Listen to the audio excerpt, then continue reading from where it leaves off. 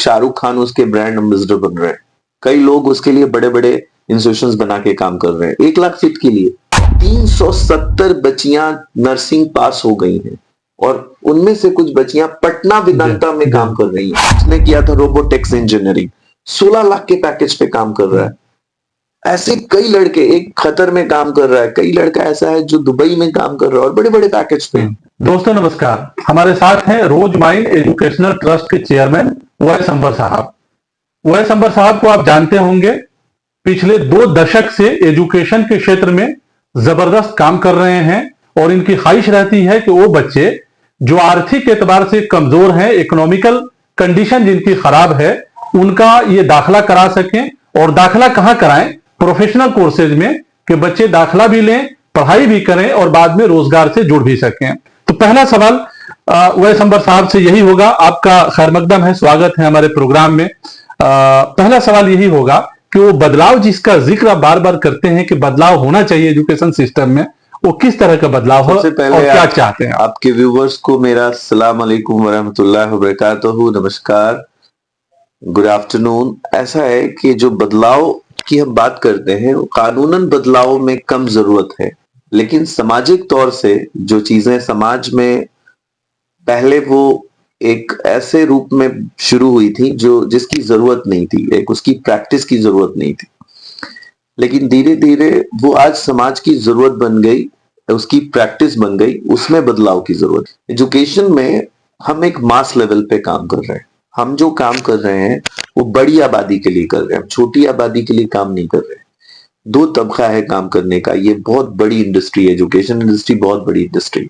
कुछ लोग सिर्फ चंद सीटों के लिए काम कर रहे हैं, जैसे आईआईटी के लिए काम कर रहे हैं, नाईटी के लिए काम कर रहे हैं, एम्स के लिए काम कर रहे हैं, आईएम के लिए काम कर रहे हैं। लेकिन मैं उनमें से किसी इंस्टीट्यूशंस के लिए सिर्फ काम नहीं कर रहा हूं, उनके लिए भी काम कर रहा हूं। लेकिन कुछ लोग सिर्फ उसी के लिए काम करके देश और दुनिया में जाने जा रहे हैं। लेकिन मेरा सवाल उन सभी आबादी के लोगों से एक है, खाली एक बार सोच के देखना है कि अगर नीट में एग्जाम की तैयारी में 25 लाख बच्चा एग्जाम नहीं है, तो क्या 24 लाख के बारे में कोई चैनल बात कर रहा है, कोई प्लेटफॉर्म बात कर रहा है?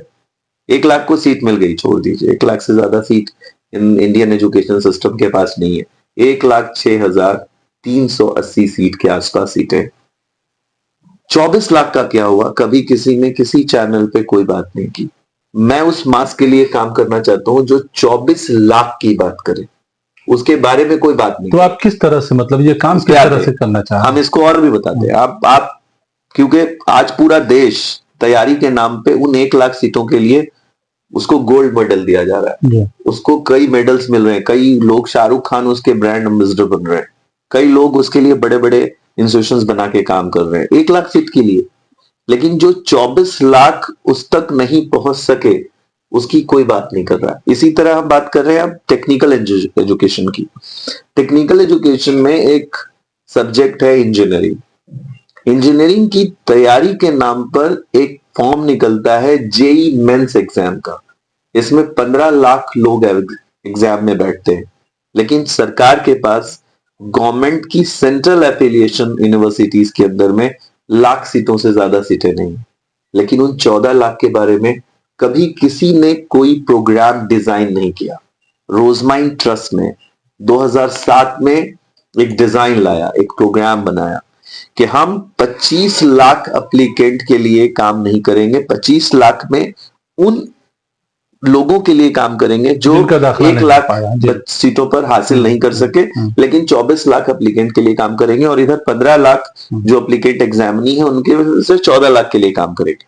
और हमने ऐलान किया समाज को कि देखिए, हम एक ऐसी ऑर्गेनाइजेशन है कि हम उन सभी एप्लीकेशंस दिए हुए लोगों की इज्जत करते हैं। वो तैयारी कर रहे थे, ठीक है, लेकिन उस तैयारी ने जो बीमारी बनाई है समाज में वो ये है कि हम इंजीनियरिंग करेंगे तो आईआईटी से, वरना इंजीनियरिंग अच्छी चीज नहीं है। आईटीएन बन गए। हमने एक इंसान को पूछा कि do you want to be IITian और do you want to be an engineer? उसने आंसर किया, मैं आईटीएन बनना चाहता हूं। इस समाज को कभी एक अच्छा इंजीनियर तब तक नहीं मिलेगा जब तक एक बच्चा 12वीं क्लास का इंजीनियर बनने के सपने से इंजीनियर नहीं बनेगा। आज कोई मैकेनिकल इंजीनियर नहीं बनना चाहता, आज कोई आईटी में इंजीनियर नहीं बनना चाहता, आज कोई कंप्यूटर साइंस में इंजीनियर नहीं बनना चाहता। वो ये कहता है कि हम आईटीएन बनना चाहते हैं लेकिन इंजीनियर नहीं बनना चाहते। इसीलिए मैंने इस किताब में एक इंसान की तस्वीर दिखानी है आपके व्यूवर्स को भी। ये है एपीजे अब्दुल कलाम साहब। क्या ये आईटीएन थे या इंजीनियर थे? ये सोचना समाज को है कि इंजीनियर थे कि आईटीएन थे। एक उदाहरण है हमारे सामने, डीआरडीओ में काम कर रहे 70% से ज्यादा लोग सेंट्रल यूनिवर्सिटी से पढ़े हुए नहीं है। उनका ख्वाब था मैं साइंटिस्ट बनूं। लेकिन आज जो समाज बिखरा हुआ है, चाहे वो मेडिकल एजुकेशन की बात हो चाहे टेक्निकल एजुकेशन की बात हो, उस बिखराव के लिए हम इस मीडिया में आपके जरिए ऐलान करना चाहते हैं कि भाई मेरे, हम जिस बीमारी में फंसे हैं उस बीमारी से निकल करके जो लोग एप्लीकेंट है उनको भी ये दावत दे रहे हैं आपके चैनल से, भाई आप बिना तैयारी के भी इंजीनियर बन सकते हैं, आपको कोई जेई नहीं देना है। ये एक जो सिस्टम बन गया है सोसाइटी में कि सोसाइटी सोच नहीं पा रही है। आप ये मान रहे हैं कि सब लोग आईआईटी की तैयारी करना चाहते हैं और उसी सीट के लिए सिर्फ जद्दोजहद कर रहे हैं जो 1 लाख दुख की बात है ये कि कई ऐसी इंजीनियरिंग आज के दौर में मौजूद है। आज हम उस इंजीनियरिंग का नाम लेके बोल रहे हैं आर्टिफिशियल इंटेलिजेंस, रोबोटिक्स, आप उसमें cyber security, data science, computer science की कई ऐसी इंजीनियरिंग है जो कई आईटी में नहीं मौजूद है।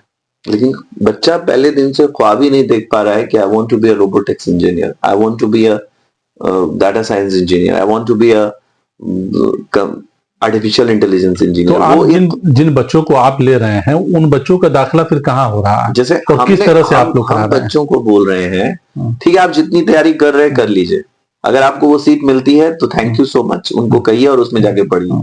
लेकिन उन 24 लाख को इस चैनल से दोबारा दावत दे रहे हैं, उन सभी लोगों को जिन्होंने कभी जेई दिया ही नहीं, उन सभी लोगों को जिन्होंने जेई दिया पिछले साल, उसके पिछले साल और फिर हार मानकर घर बैठे हैं, उन सबको दावत दे रहे हैं। सिर्फ 12वीं में 50% मार्क्स हो, उम्र 17 साल हो और एक जद्दोजहद के लिए एक बहुत संकल्पित हो बच्चा, एक कॉन्सेप्ट हो उसके मन में कि हम कुछ करना चाहते हैं, हम पढ़ना चाहते हैं, उसके पास कोई संसाधन फीस भरने का नहीं है। मैं उसको इस चैनल से दावत दे रहा हूं कि, और आज से नहीं दे रहा हूं, आपने 2013-14 में एक अधूरे ख्वाब प्रोग्राम चलाया था, उस वक्त भी दावत दिया था मैंने। यानी आप इस एक चीज के गवाह है कि 10 साल बाद आप इस बात को दोबारा इंटरव्यू करके पूछ रहे हैं और मैं फिर 10 साल बाद इस व्यूवर्स को बोल रहा हूं कि भाई मेरे, घर बैठे तो मामला नहीं बनेगा, आप मेरी ऑफिस आइए पटना, पेरेंट्स के साथ एक बार, मैं वादा करता हूं आपका नजरिया बदल दूंगा। मैं वादा करता हूं जो ख्वाब आप घर में बैठ के देख रहे थे उसे सच में बदलने में हम अपने पूरे ट्रस्ट की तरफ से पूरी ताकत झोंक देंगे। कहना ये चाहते हैं, सिर्फ 17 साल उम्र, 50% की मार्क्स, और बच्चा सिर्फ इस बात के लिए तैयार कि वो कैंपस में जाकर पढ़ेगा, ना उसे कोई एंट्रेंस देना पड़ेगा, ना किसी कतार में खड़ा रहना पड़ेगा, ना कहीं जाना पड़ेगा। मैं यहीं से उसे डायरेक्ट इंस्टीट्यूशन की सीट पे बिठाने का दावा करता हूं और वादा करता हूं और कानून के दायरे में कर रहा हूं। तो बच्चों के साथ एक और प्रॉब्लम है, बच्चा कंफ्यूजन में है। वो समझता है कि आईआईटी में अगर दाखिला मिल जाता है, एडमिशन हो जाता है तो रोजगार जनरेट हो जाएगा, रोजगार से जुड़ पाएंगे। आप जिन बच्चों का एडमिशन करा रहे हैं, क्या वो बच्चे रोजगार हासिल कर पा रहे हैं या रोजगार से जुड़ पा रहे हैं? इसके ऊपर आपका क्या कहना है, क्योंकि ये कंफ्यूजन है। बहुत आसान जवाब, 130 करोड़ की आबादी वाले देश में हम 10,000 प्रति वर्ष आईआईटीएंस पैदा कर रहे हैं। उनमें से आईआईटी ने खुद एक आर्टिकल इसी साल 2024 में छापी कि उनके जरिए पढ़ाए हुए तकरीबन 60% इंजीनियर्स को नौकरी नहीं मिली। मैं ये कहना चाहता हूं कि चाहे तू आईआईटी में पढ़ लो चाहे ऑक्सफोर्ड में पढ़ लो, नौकरी का रिश्ता डायरेक्ट तुम्हारे टैलेंट से है, तुम्हारे डेडिकेशन से है। मैं ये नहीं कहता कि वहां से पढ़ोगे तो कामयाब नहीं होगे, मैं कहता हूं कि हो सकता है कि उनमें से कुछ लोग बहुत ज्यादा कामयाब हो जाए, लेकिन मैं मास 24 लाख लोगों को बोल रहा हूं, अगर उनको हमने टेक्निकल कोर्स से नहीं जोड़ा और उनको रास्ता नहीं बनाया तो एक बहुत बड़ी आबादी टेक्निकल कोर्स से वंचित रह जाएगी, पैरामेडिक कोर्स से वंचित रह जाएगी, मेडिकल कोर्स से। और मैं फिर भी दावा कर रहा हूं कि जो डीआरडीओ चल रहा है, हमारे देश का सबसे बड़ा एक रिसर्च ग्रुप है, जो सरकार के अंतर्गत चलाया जाता है, उसमें 70% लोग तो आईटीएन नहीं है। उसमें 70% लोग जो काम कर रहे हैं, आपको इस देश में नई नई चीजें बना के दे रहे हैं। आज देश की बहुत बड़ी इंडस्ट्रीज के अंदर में 90% लोग आईटीएन नहीं है। ये जो 10% लोग हैं कहीं कहीं से दूसरे जगहों से आए हैं और 1-2% आईटीएन्स का। तो एक जो है बच्चों का और गार्जियन का एक कंफ्यूजन और क्लियर कीजिए कि बच्चे आपके यहाँ से दाखिला लेंगे तो उनको क्या फैसिलिटी जो है मिलेगी। इस देश में बड़ी आसान है समझना, इसको कॉम्प्लिकेटेड इसलिए बनाया जाता है ताकि कोई धंधा हो सके, कोई व्यापार चलाया जा सके, कोई गोरख व्यापार चलाया जा सके। भाई आपने 10वीं पास की और 12वीं पास की, तो उसके बाद आपका दाखिला यूनिवर्सिटी ग्रांट कमीशन के अंदर होना चाहिए, यूनिवर्सिटी में होना चाहिए। यूनिवर्सिटी की 3 किस्में हैं, सेंट्रल यूनिवर्सिटी, स्टेट यूनिवर्सिटी और प्राइवेट यूनिवर्सिटी। सेंट्रल यूनिवर्सिटी के लिए देश में सारी तैयारियां चल रही हैं। मैं हमेशा से बोल रहा हूं, हम सेंट्रल यूनिवर्सिटी की तैयारी के विरोध में नहीं है, लेकिन सेंट्रल यूनिवर्सिटी के पास सीट ही इतनी कम है जिससे देश नहीं चलाया जा सकता, तो हम सेंट्रल यूनिवर्सिटी को छोड़ देते हैं।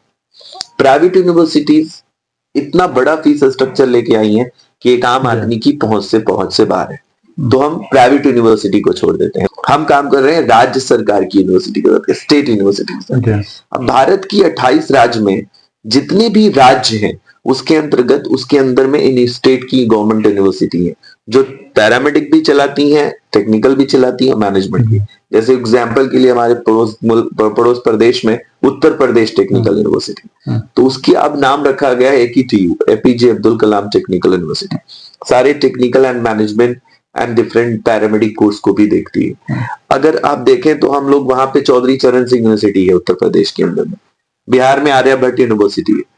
इस तरह की स्टेट गवर्नमेंट यूनिवर्सिटीज में एफिलिएटेड कॉलेजेस होते हैं जो इतनी बड़ी तादाद में है कि अगर देश के 12वीं पास सभी बच्चे चाहें तो हायर एजुकेशन का हिस्सा बनके हम दुनिया की ग्रॉस एनरोलमेंट रेशियो का रिकॉर्ड तोड़ सकते हैं। सभी लोग मिलकर तैयारी खेल रहे हैं और फिर बाद में वो बच्चे को एनरोलमेंट के लिए, मान लीजिए आपने खूब तैयारी करी, मैं सिर्फ आपसे बात करता हूं, आपने खूब सारी तैयारी करी और आपका दाखिला उत्तर प्रदेश यूनिवर्सिटी में हो गया, बिहार में हो गया, किसी प्राइवेट में हो गया, तो आपके पास फीस होगी तब तो आप पढ़ेंगे।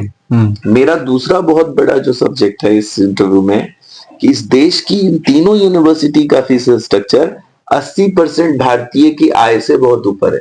फिर से बोल रहा हूं, इन देश की तीनों private university, state university and central university की फीस स्ट्रक्चर का जो स्लैब है वो भारत के 80% लोगों की आय के पहुंच से बहुत ऊपर है।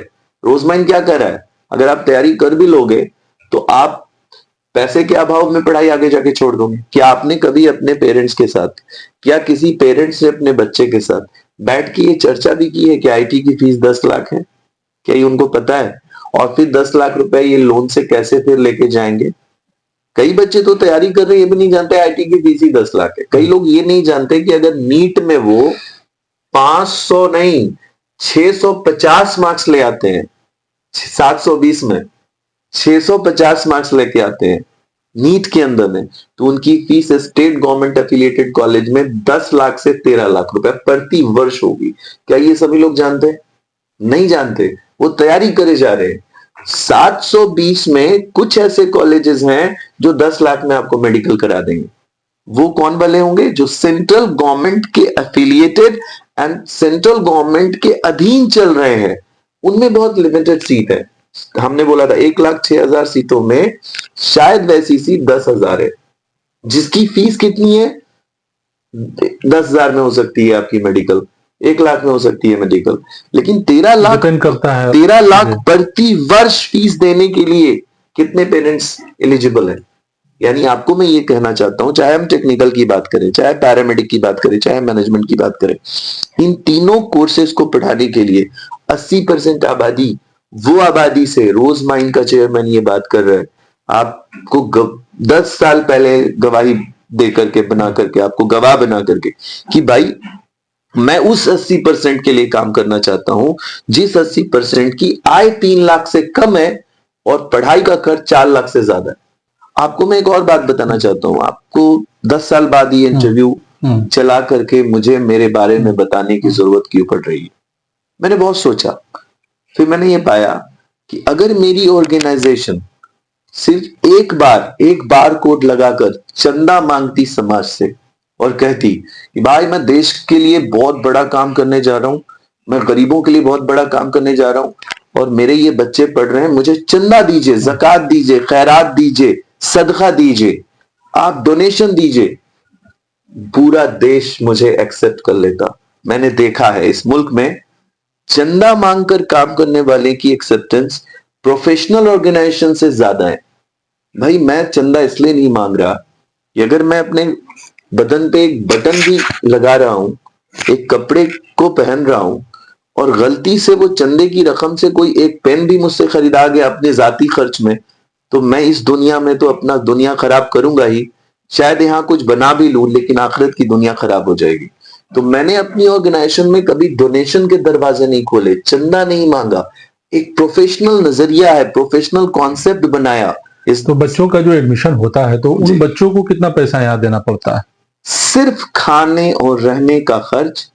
आपको मैं बताता हूं कि गांव में जो LKG का खर्च है, अगर आपने अपने बच्चे का LKG में एडमिशन कराया है, गांव में LKG में आप किसी बच्चे को पढ़ा रहे हैं, तो मुझे लगता है वो गांव का स्कूल आपसे 1000 रुपया पर महीना कोई फीस लेगा, तो 12 महीने में 12,000 रुपए फीस लेगा। इससे ज्यादा फीस नहीं है गांव में। छोटे से स्कूल में रोज माइन उस 1000 की फीस स्ट्रक्चर पर इस देश में 122 कोर्स पढ़ा रहा है।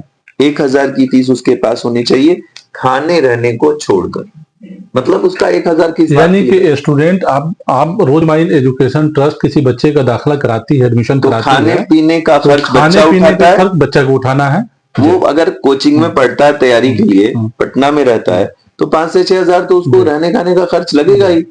वो खर्च हम नहीं बर्दाश्त कर सकते, वो खर्च उसी पेरेंट्स को बर्दाश्त करना है। और 1000 रुपया उसका एग्जामिनेशन चार्ज हो सकता है, 1000 रुपए से 1200 रुपए पर हो सकता है। हम मानते हैं कि उसमें library charge, book bank charge, miscellaneous charge, सारा कुछ मिलाकर 1000 रुपए का चार्ज हो सकता है महीने का, या हो सकता है उसमें कोई खर्च साल भर का कोई 10,000 रुपए खर्च आ जाए, 12,000 खर्च आ जाए। तो हम उसको ऐसे देखते हैं कि खाने पीने के बाद इस बच्चे को टेक्निकल, पैरामेडिकल और मैनेजमेंट कोर्स में अगर 12,000 रुपए भी लग रहा है, तो इस देश में ऐसा कोई इंस्टीट्यूशन नहीं है, मैं आपसे दावे के साथ पूछ रहा हूँ, इस कमेंट बॉक्स में लिख के कोई बताएं आपके वीडियो के नीचे कि उनका कोई इंस्टीट्यूशन है और वो खिला पिला कर बच्चों को इस कॉस्ट पे पढ़ा सकते हैं। अगर वो ये दावा करते हैं तो मैं उनके इंस्टीट्यूशन में 1000 बच्चा भेजने को तैयार हूं। पहले समझना पड़ेगा, खाना और रहना बच्चा बाहर कर ले और वो 1000 रुपए प्रति माह पर इंजीनियरिंग करके दिखा दे। पूरे हिंदुस्तान का कोई भी इंस्टीट्यूशन, चाहे वो मैंडेटरी खर्चे से चल रहा हो चाहे चंदे से चल रहा हो, एक भी ऐसा इंस्टीट्यूशन बता दे जो 1000 रुपया प्रति माह पर इंजीनियरिंग करा दे, बच्चा बाहर रह के पढ़ लेगा। वो ऐसा ऑफर मैं उनको रोज माइन एजुकेशन ट्रस्ट जो है बच्चों को ये कह रहा कि खाने और रहने का खर्च वो खुद उठाए, खाने और रहने का अपना खर्च उठाए और एग्जाम का खर्च भी खुद ही उठाए। बस जो ट्यूशन फीस 3,99,000 रुपया है, फीस फिक्सेशन कमेटी बनती है। राज्य सरकार के लिए हम काम करते हैं। राज्य सरकार की यूनिवर्सिटी हर राज्य में फीस फिक्सेशन कमेटी बनाती है, एक स्लैब बनाती है कि इंजीनियरिंग की फीस कितनी हो सकती है, पैरामेडिक की कितनी हो सकती है, मैनेजमेंट की कितनी हो सकती है। तो वो मिनिमम मैक्सिमम मैं आपको बता रहा हूं, हिंदुस्तान के कन्याकुमारी से कश्मीर तक में जो स्टेट गवर्नमेंट का इन तीनों कोर्सेज में, टेक्निकल, पैरामेडिकल और मैनेजमेंट कोर्सेज में जो फीस स्ट्रक्चर है वो 70,000 से लेकर 99,000 तक का है। तो ये जो फीस 70,000 से लेकर 99,000 रुपया हर साल का, वो बच्चे हर साल का, वो बच्चे को नहीं लगेगा।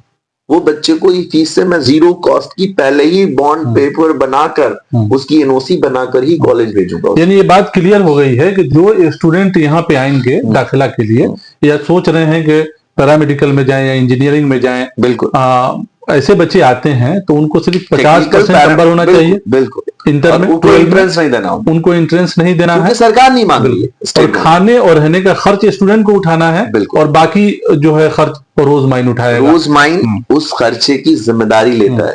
उसमें हम क्या करते हैं कि कॉलेज से एक मेमोरेंडम बना के बच्चे को पहले ही दिन दे देते हैं ताकि वो तीसरे साल में या दूसरे साल में या चौथे साल में इस तरह के पेन से नहीं गुजरे कि कहीं ऐसा तो नहीं होगा कि पहले साल में दे दिया गया चौथे साल में ना मिले।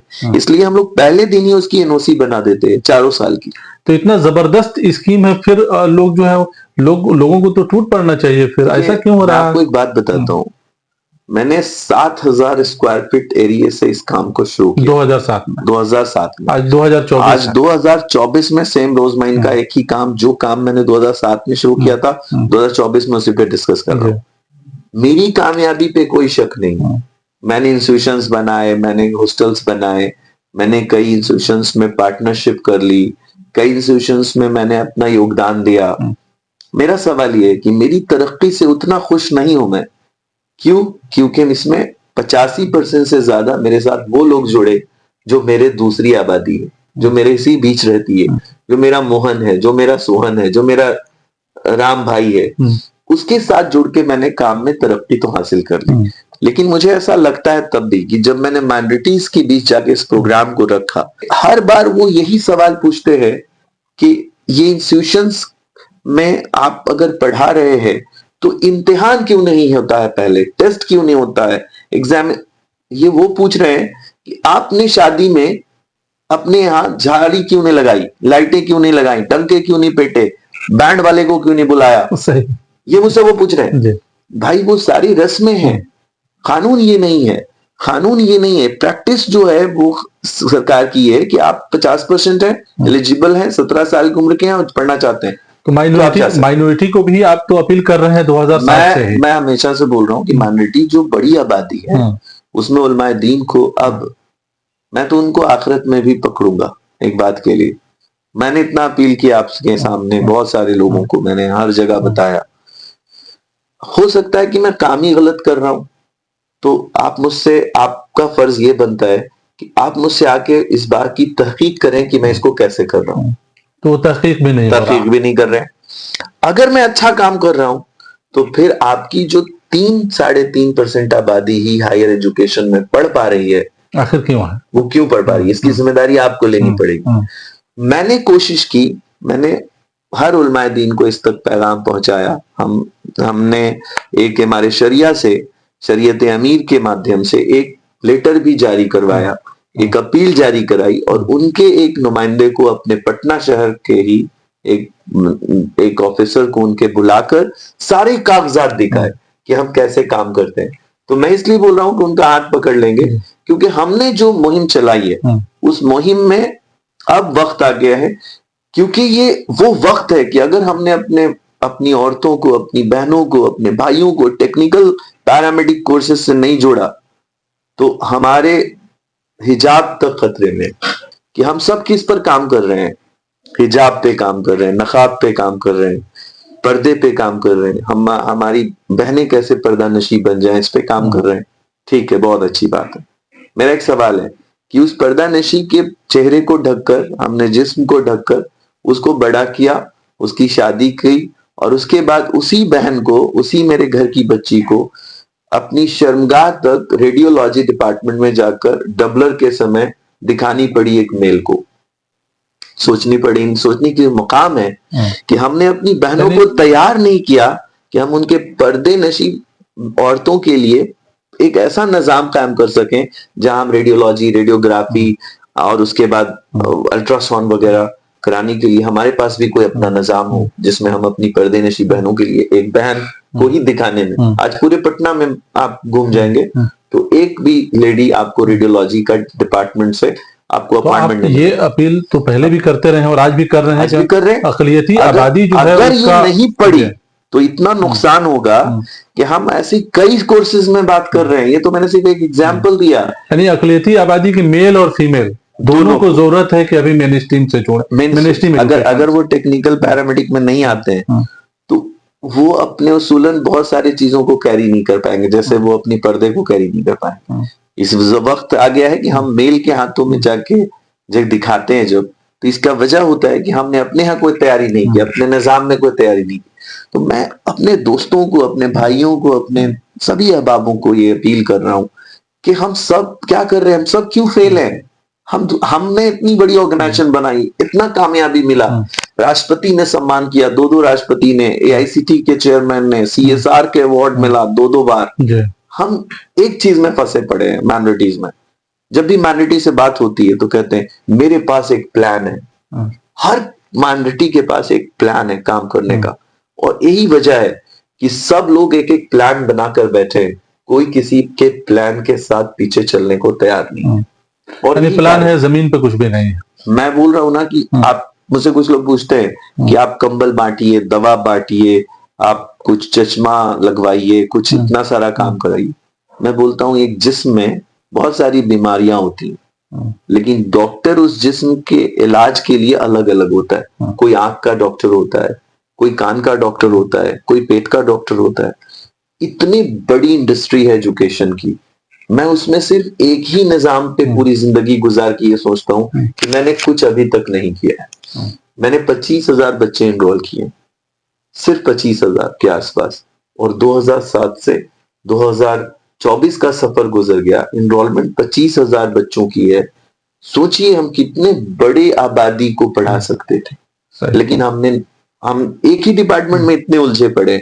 मैं एक अपील करना चाहता हूं उन सभी जिम्मेदारों से, मैं आपके चैनल के जरिए मीडिया में, कि अगर कोई शख्स ये चाहते हैं, मान लीजिए कोई स्कूल के ऑनर है, कोई इंस्टीट्यूशन के ऑनर है, कोई समाज में लीडर है, कोई अपनी पहुंच रखते हैं, कोई ताकत रखते हैं, शऊर रखते हैं, अकल रखते हैं, मैं उनसे अपील कर रहा हूं कि अगर आपके मोहल्ले से आप निकलकर मेरे आते और ये तहकीक करने में आप चाहते हैं कि आप उन बच्चों से मिलना चाहते हैं जो मेरे जरिए पढ़ रहे हैं हजारों की तादाद में, तो मैं उन्हें अपने खर्चे से उनको ले जाकर उन बच्चों के बीच खड़ा कर दूंगा, और मैं उनको वहां रहने के, खाने के, आने के, जाने के भी खर्चे दूंगा। वो चाहे तो हमारे जरिए वो तहकीक करके फिर इस काम को अपने गांव और मोहल्लों में अपने तरीके से पहुंचा सकते हैं। लेकिन एक अच्छी बात है कि आपका ट्रस्ट बिल्कुल एक जगह फोकस किया है। हमारे ट्रस्ट को, मैं तो बोल रहा हूं कि मैं एक ही काम कर रहा हूं और आखिरी सांस तक करूंगा इसी काम को। क्यों? क्योंकि ये बहुत बड़ा काम है, इसमें सिर्फ जिंदगियां नहीं बन रही हैं। मैं आपको वीडियो देखने की अपील कर रहा हूं, मेरे कई व्यूवर्स ये लिखकर देख सकते हैं, मेरी कई बच्चियां, 370 बच्चियां नर्सिंग पास हो गई हैं, और उनमें से कुछ बच्चियां पटना वेदांता में काम कर रही हैं।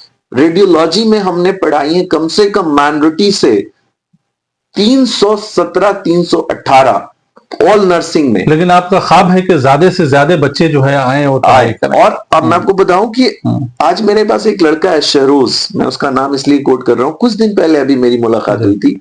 He is working in American company, radio, उसने किया था रोबोटिक्स इंजीनियरिंग, 16 लाख के पैकेज पे काम कर रहा है। ऐसे कई लड़के, एक खतर में काम कर रहा है, कई लड़का ऐसा है जो दुबई में काम कर रहा है और बड़े बड़े पैकेज पे, लेकिन माइनॉरिटी अभी भी सोई पड़ी है। चलिए, बहुत शुक्रिया सहाफत मीडिया से बात करने का। तो जाहिर है ये एक बड़ा सवाल है कि एक इदारा 2007 से लगातार एजुकेशन के क्षेत्र में काम करता रहा है, और रोजमाइन एजुकेशन ट्रस्ट खास तौर से अकलियती आबादी से ये अपील रोजमाइन ट्रस्ट के चेयरमैन कर रहे हैं कि आप आइए, ऑफिस आइए, दफ्तर में आइए और बाकायदा तहकीक कीजिए कि पढ़ाई किस तरह से होती है, दाखिला कैसे होता है, उसके बाद अपने बच्चों को और बच्चियों को एडमिशन कराइए। तो ये अपने आप में एक बड़ा सवाल है कि क्यों ना आखिर जो है लोग इस सिलसिले में कदम बढ़ा रहे हैं और अपने बच्चों को पढ़ा रहे हैं। लोग कहते हैं कि जब तक पढ़ेंगे नहीं तो बढ़ेंगे नहीं, तो ये वक्त है कि लोगों को जरूर सोचना चाहिए।